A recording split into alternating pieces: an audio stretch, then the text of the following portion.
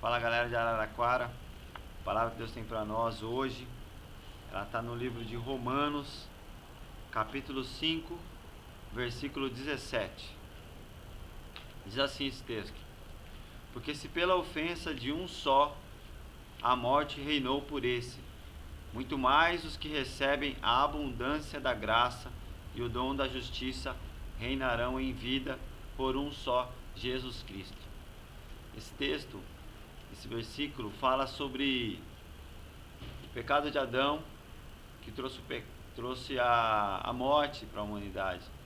A Bíblia fala que todos nós pecamos e destituídos estamos da glória de Deus. Mas fala também que como por um só entrou o pecado na humanidade, por um só veio a redenção e veio a graça. Hoje Deus quer nos ensinar sobre a graça de Jesus Cristo, que quer dizer favor imerecido. A graça é algo que nós não temos como calcular.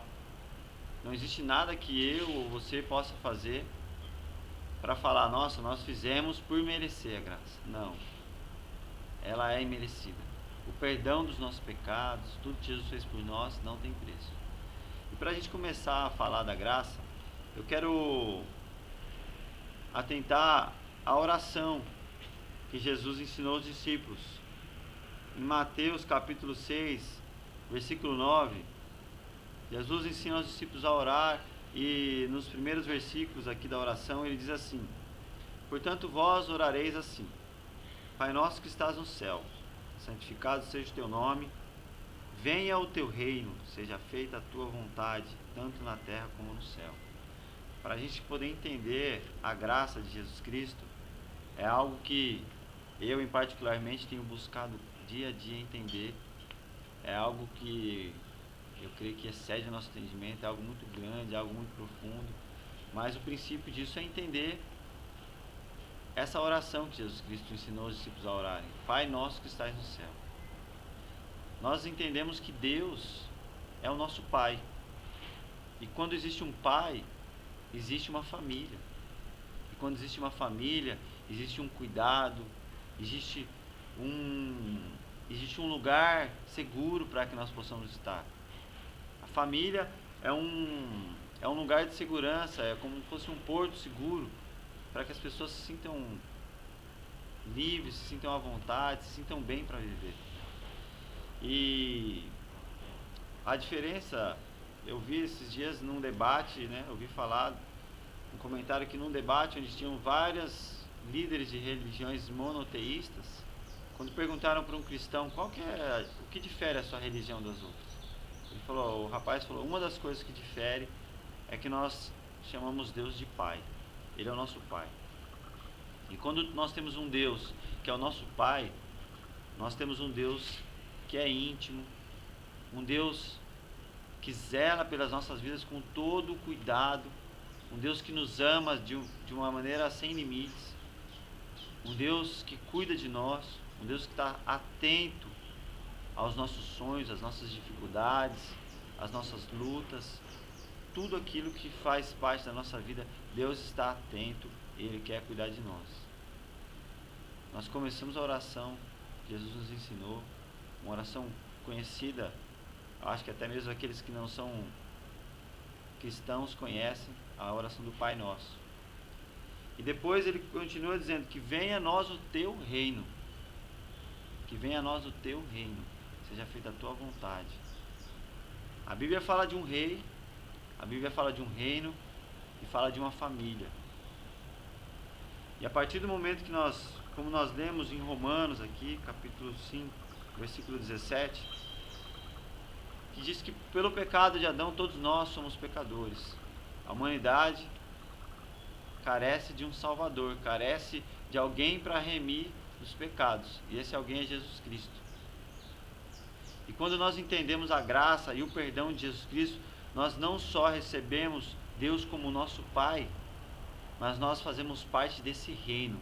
Quando nós fazemos a oração do Pai Nosso, nós falamos que venha a nós o teu reino, que nós entendemos que nós temos alguém que nos dá acesso a esse reino, e esse alguém é Jesus Cristo.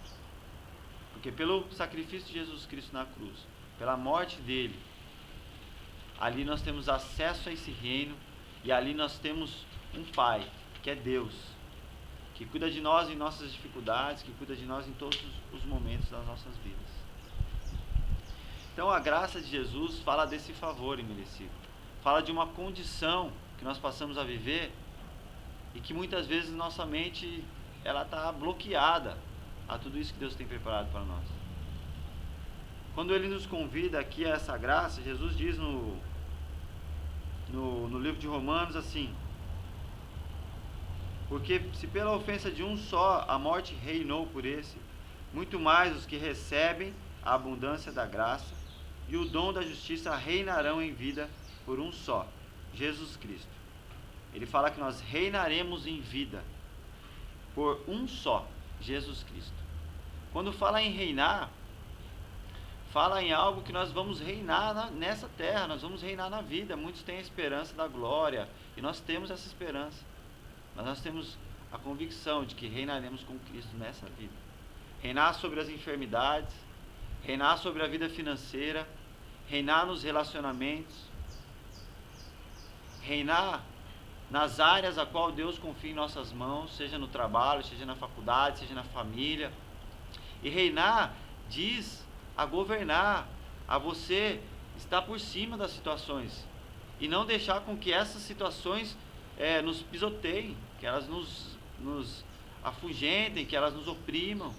Tem pessoas que são oprimidas por medos, por circunstâncias, pensa que nunca vai casar, pensa que nunca vai dar bem financeiramente, pensa que a sua família é um problema e nunca vai ter solução, vive sofrendo com doenças. Não, Jesus Cristo nos convidou para a graça, e a graça nos traz a um reino. Nós vamos reinar com Cristo, e reinar com Cristo está ligado a estar acima dessas coisas, em governar. Isso não quer dizer que nós não vamos ter dificuldades. E como reinar com Cristo?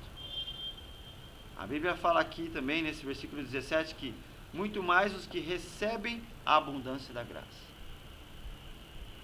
Para que nós possamos reinar com Cristo, não precisamos de fazer esforços. Não é na nossa força, não é na nossa habilidade. A Bíblia fala que nós precisamos somente receber. Nós recebemos algo que já está pago. Então a graça é algo que você precisa receber, porque se alguém pagou por ela foi Jesus Cristo. Isso não quer dizer também que você não precisa fazer nada. Estude, faça o melhor na sua faculdade, trabalhe com excelência, se esforce, mas entenda que tudo isso vai te fazer reinar quando você receber a graça. Valeu, galera. Tamo junto.